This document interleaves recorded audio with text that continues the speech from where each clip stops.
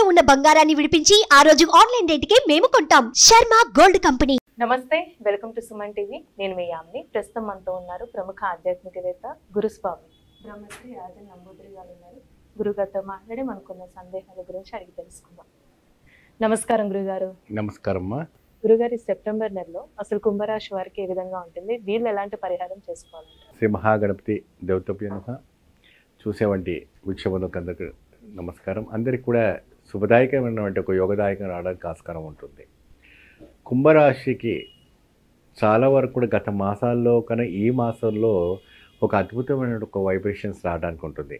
అంటే ఎలా వైబ్రేషన్స్ అంటే అంతా కాకుండా కొద్దిగాలో ఉంటుంది. అయితే పేరులో కుంభం ఉంది కదా అని మాకు కుంభవృష్టి దొరుకుతుందా, మంచి ఒక లాభదాయకం ఉంటుందా, ఐశ్వర్యం అపురూపంగా మనకు దొరుకుతుందా, అనేక రకమైనటువంటి పొజిషన్స్లో మనకు రావడానికి ఆస్కారం ఉంటుందా అనేసి అడగవచ్చు.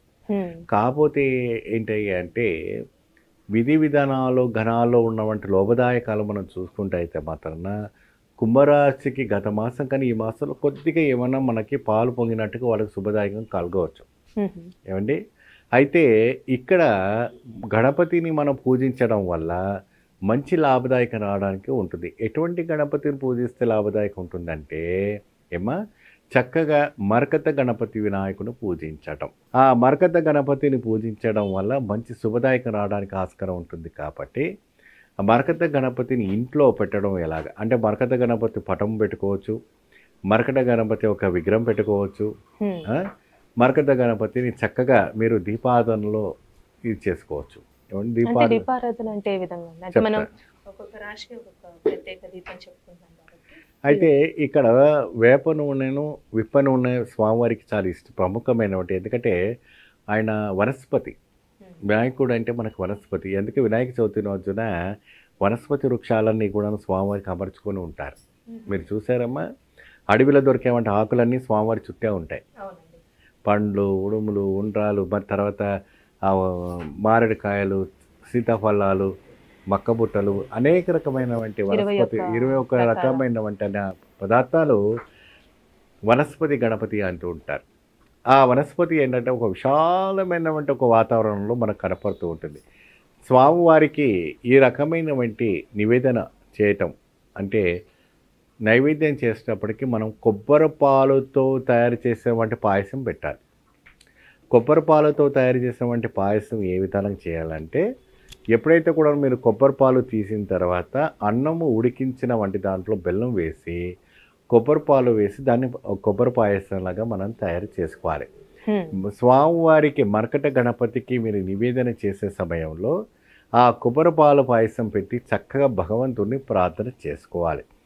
ఈ విప్ప నూనె వేప నూనెతో ముట్టించిన వంటి దీపాలతో భగవంతుని మీరు ఆరాధించే సమయంలో చక్కగా మీ యొక్క కోరికలు ఏదైనా ఉంటే చక్కగా భగవంతునికి వినిపించి చేయండి. మన కుంభరాశి ఉన్నటువంటి వాళ్ళకి అందరు కూడాను మంచి శుభయోగం రావడానికి ఆస్కారం కనపడుతుంది. కళ్యాణం కాని వాళ్ళకి, ఉద్యోగం రాని వాళ్ళకి, అనేక రకమైనటువంటి ఒక సమస్యలు ఉన్న వారికి అందరు కూడా మంచి అద్భుతమైన వైబ్రేషన్స్ రావడానికి ఆస్కారం. ప్రత్యేకమైన మంత్రం అంటే మూల మంత్రం కుంభరాశి వారికి మంచి మూల మంత్రం ఉంటే మనం సంపాదిస్తే నేను వాళ్ళకి మూల మంత్రం ఇవ్వటం జరుగుతుంది. బీజాక్షరాలు ఉంటాయి. ఆ బీజాక్షరాలతో స్వామిని పూజిస్తే మంచి లాభదాయకం ఉంటుంది. ఎక్కువ శాతము స్వామివారిని మరకత గణపతి ప్రతిరోజు కూడా పాలతో కానీ నీటితో కానీ గంగతో కానీ శుభ్రం చేసుకొని చక్కగా ఆవుపంచకతో శుద్ధి చేసుకొని పెట్టుకుంటే మంచి లాభదాయకం ఉంటుంది. గురుగారు, అంటే మీరు వినాయకుని గురించి తెలియజేస్తారండి రాశి వారికి సంబంధించి వాళ్ళు నియమాలు అంటే ఏమైనా ఉన్నాయా? అంటే ఉపవాసం అంటూ ఉండాలంటారా? ఇప్పుడు స్త్రీలకి ఏంటంటే అంటే ఆడవాళ్ళకి ఎప్పుడైనా కూడా ఋతుస్రావణలు అయినప్పుడు స్టాప్ చేసేసుకోండి.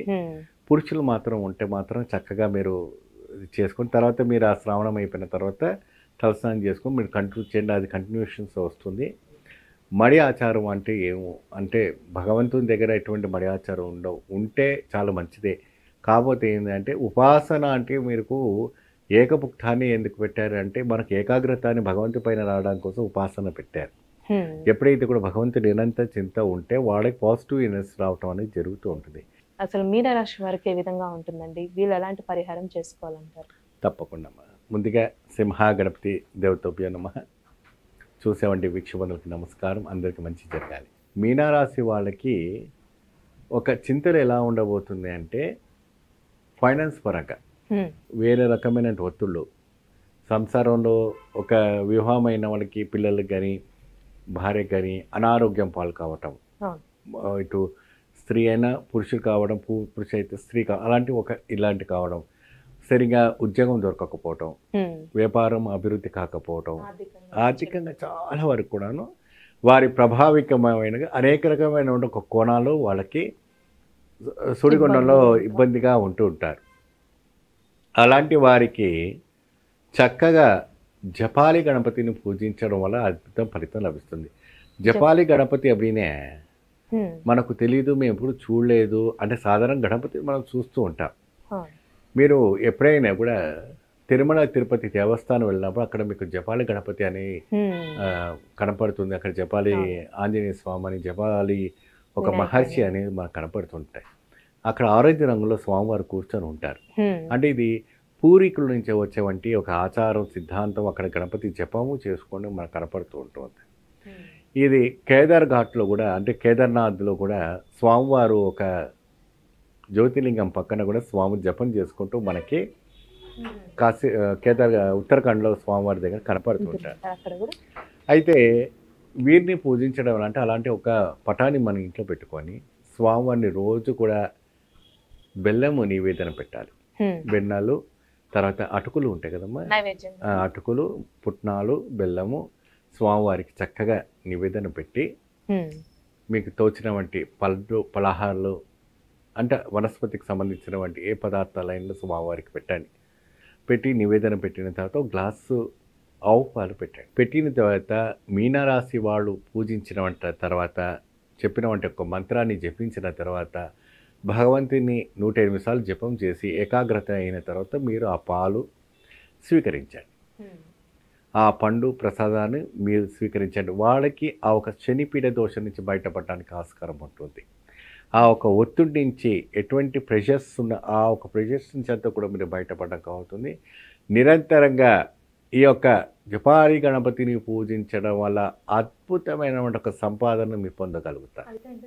ప్రత్యేకమైన దీపం అంటే ఏంటి? ఒక్కొక్క రాశి గురించి మనం చెప్పుకుంటాం కాబట్టి ఈ రాశి వారికి తప్పకుండా వీరికి చక్కగా ప్రత్యేకమైనటువంటి మీనారాశి వాళ్ళకి పూజించబడినటువంటి ఆయిల్ ఎలాంటిది అంటే మీరు నువ్వుల నూనె ఉంటుంది ఏమండి, దాంట్లో కుసుమ నూనె వేసుకోవాలి.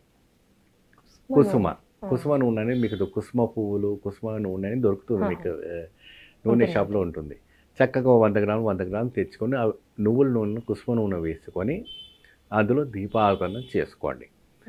ఎందుకంటే మందకస్తమైనటువంటి శరీరం అంతా కూడాను, బతకస్తమైనటువంటి శరీరం అంతా కూడాను లేతగా కావడానికి కోసము, ఉచ్చారణ మంచి ఒక ఇది ఉత్సాహం రావడం కోసము ఈ రెండు కూడాను స్వామివారి దగ్గర దీపారాధన చేసుకుంటే చక్కగా మీకు లాభదాయకం రావడం జరుగుతుంది.